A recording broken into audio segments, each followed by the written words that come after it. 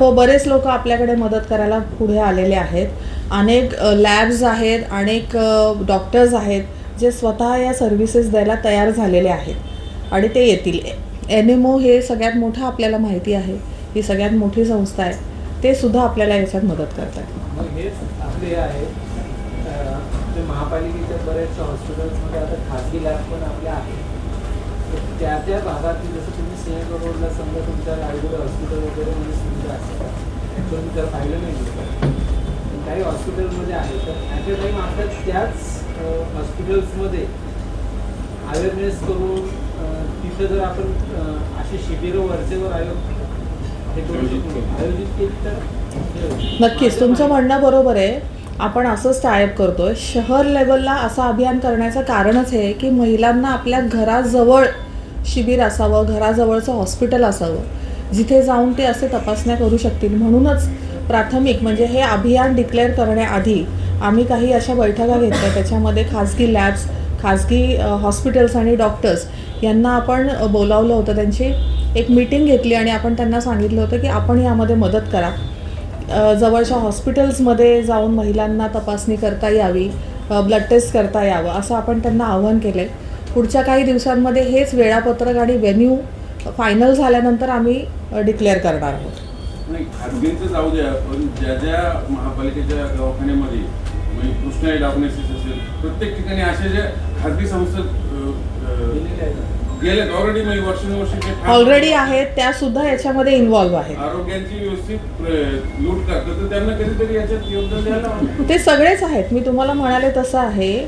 पुणे महानगरपालिकेचे सगळी व्यवस्था, सगळे खाजगी लॅब्स, सगळे खाजगी डॉक्टर्स हे सगळेजण या अभियानामध्ये उतरणार आहेत, आपापली सेवा देणार आहेत आणि आपण त्यांच्याकडनं हे काम करून घेणार आहोत. किती जणांपर्यंत पोहोचणारे आपण असं काही टार्गेट ठेवले? मी म्हणाले मला पुणे शहरातल्या सगळ्या महिलांसाठी करायचं. पहिल्या टप्प्यामध्ये साधारण 75,000 महिला येतील असा आम्ही अंदाज लावून हे सगळे कॅम्प्स करतो. नाही, एज ग्रुप आपण शिबिराची संख्या निश्चित केलेली नाही, परंतु पुणे शहरात सगळीकडे हे असणार आहेत. म्हणजे मला आपले जे क्लिनिक्स आहेत वस्ती पातळीवरती केलेले, त्या सगळ्या क्लिनिक्समध्ये हे अभियान होईल. ज्या ठिकाणी आवश्यकता आहे विशेष शिबिर लावण्याची तिथे त्या शिबिरांमध्ये होईल. ज्या ठिकाणी हॉस्पिटल्स आहेत जे स्वतःहून म्हणतील आमच्याकडे काही महिला येऊ द्यात, आम्ही करून देऊ, तर त्यांना आपण काही टार्गेट देऊ की समजा 100 महिला त्यांच्याकडे गेल्या तर त्यांचं ते तपासणी करून देतील. त्यासाठीच आम्ही रजिस्ट्रेशन आधी करून घेतो. एकदा रजिस्ट्रेशन झालं तर त्या त्या एरियामध्ये आम्हाला महिलांना सांगता येईल की तुमच्या जवळचं हे हॉस्पिटल आहे, आपण इकडे जाऊन स्वतःचं स्क्रीनिंग करून घेऊ. आपण हे आत्ता उद्या उद्घाटन करतो. आपण रजिस्ट्रेशन अजून कुठे ओपन केलं? ऑन स्पॉट आहे, परंतु आपण सगळीकडे प्रचार प्रसार केलेला आहे. आता उद्याचं जे आपण शिबिर घेतोय त्या सेवा वस्तीमध्ये घेतोय. त्या सेवा वस्तीतल्या सगळ्या महिला येतील, आपल्या आरोग्यामध्ये काम करणाऱ्या सगळ्या महिला येतील, झाडांकाम करणाऱ्या सगळ्या महिला येतील. आपलं टार्गेट पब्लिकच हे आहे की जिथं आरोग्याकडे दुर्लक्ष केलं जातं, ज्या जात नाहीत, चणचण असते पैशांची, गरजू महिला असतात, अशा महिला आपल्याकडे येतील. उद्या शिबिराला आपण सगळ्यांनी यावं. आपल्याला किती रिस्पॉन्स तिथे मिळतो हे तिथे लक्षात येईल. तांडेकर पुलावरती आपण हे करतो. सकाळी 10:30 वाजता याचं उद्घाटन आहे. वर्षभरामध्ये मी म्हणाले तसं की एका महिलेने एकदा स्क्रीनिंग केल्यानंतर पुन्हा 3 महिन्यांनी आपल्याकडे यायचं आहे एका वेळेला स्क्रीनिंग केल्यानंतर. म्हणजे वर्षभरामध्ये साधारण 9 ठिकाणी 9 वेळेला हे होऊ शकतं.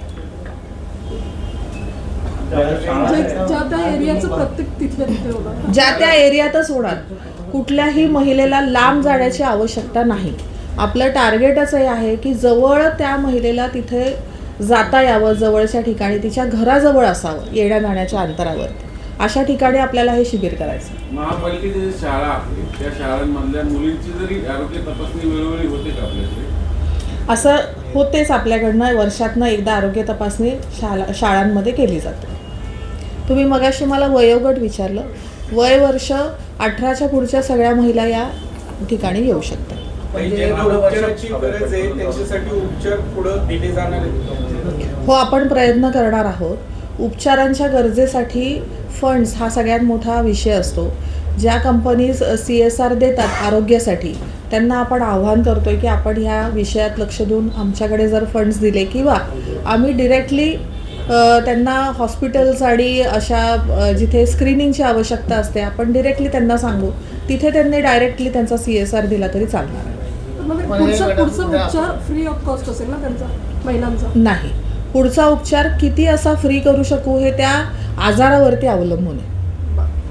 आता आपण उद्यापासून सिंहगडपासून आपण सुरुवात करतो, पण शहरभरात असं आपण नियोजन केलं आहे का की कधी कधी कुठे कुठे शिबिर होणार आहे? हो, त्याचं नियोजन झालेलं आहे.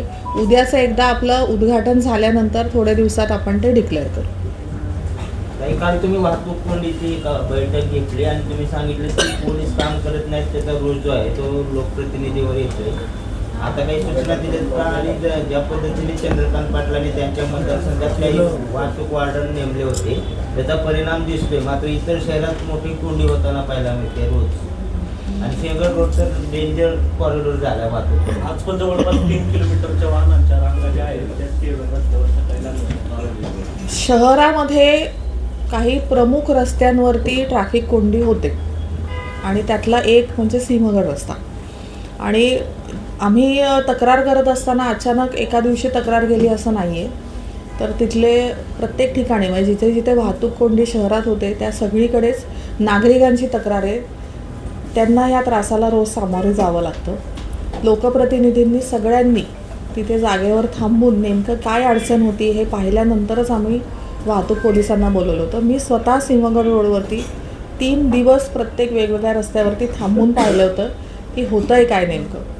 तर यामध्ये आहे मॉनिटरिंग आणि सुपरविजन आणि वाहतूक कोंडी सोडवण्याचं काम जे पोलिसांनी केलं पाहिजे ते त्यांच्याकडनं केलं जात नाही हे माझ्या तेव्हा लक्षात आलं होतं. म्हणूनच मी त्यांना बोलवलं होतं. पीक आवर्समध्ये वाहतूक पोलिसांनी जिथं वाहतूक कोंडी होते तिथे आणि प्रमुख चौकांमध्ये थांबलं पाहिजे, हे ते थांबत नाहीत. ही तक्रार आम्ही त्यांच्याकडे केली.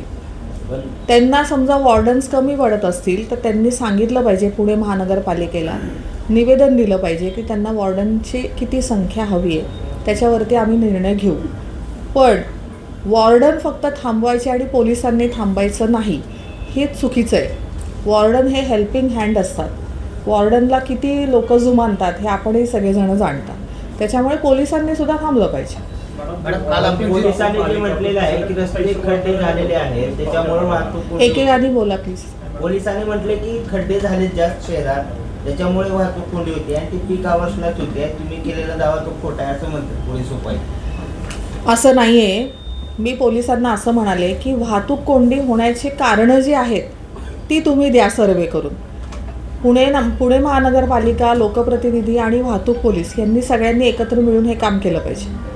समजा रस्त्यांवरती खड्डे असतील, अतिक्रमणं असतील किंवा अजून काही अडचणी असतील ज्याच्यामुळे वाहतूक कोंडी होते, कॅरेजवे कमी होतोय, तर तो त्यांनी सर्वे रिपोर्ट आमच्याकडे द्यावा. महानगरपालिका त्यात काम करेल, नक्कीच करून देईल. याच्यामध्ये जे सिंहगडला त्यांच्याकडे वाहतुकीची जबाबदारी होती, अशा ज्यांना सुविधा भागातली माहिती आहे सगळ्या अशांची बदली कोथरूडला केली आणि इकडे नवीन माणूस आणल्यानंतर इथे वाहतूक कोंडी झाली.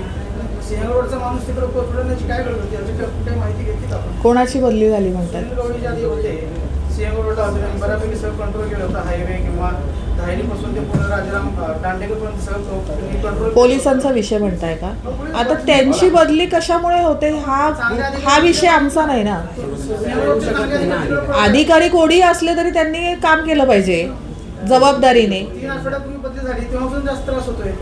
पोलीस काय नियोजन होत नाहीये. चांगले अधिकारी दुसरीकडे पडून मग कशासाठी कोणी वाढवायची?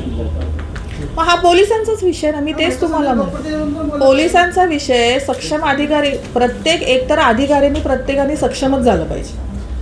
कोण चांगलं काम करतो कोण वाईट काम करतो याहीपेक्षा पोलिसांनी काम करणं महत्वाचं आहे.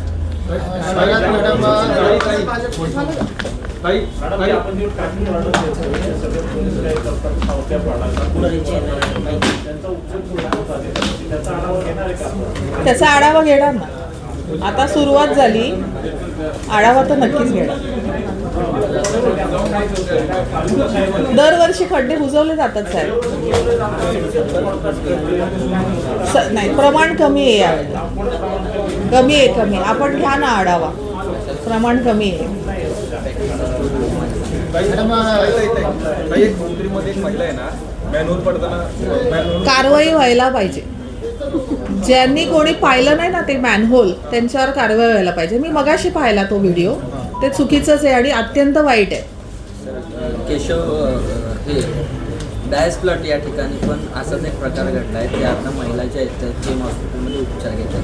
तर असे काही जे काही ठेकेदार असतील किंवा जिथे मॅनहोलचं काम चालू आहे तिथे बॅरिकेडिंग केलं जात नाही, तशा सूचना आपण महानगरपालिकेकडून काही आपण कायमच अशा सूचना दिलेल्या असतात. एकतर त्यांनी ते सिक्युअर केलं पाहिजे. सिक्युअर झालं नसेल तर कारवाई व्हायला पाहिजे. कोणाचा जीव जाणार असेल तर हे कितपत योग्य आहे. त्या ठिकाणच्या त्या जो कोणी दोषी असेल त्या सगळ्यांवरती ॲक्शन घ्यायला पाहिजे. जो कोणी दोषी असेल, कॉन्ट्रॅक्टर असेल, अधिकारी असतील, सगळ्यांवरती कारवाई व्हायला पाहिजे. थँक्यू. थँक्यू.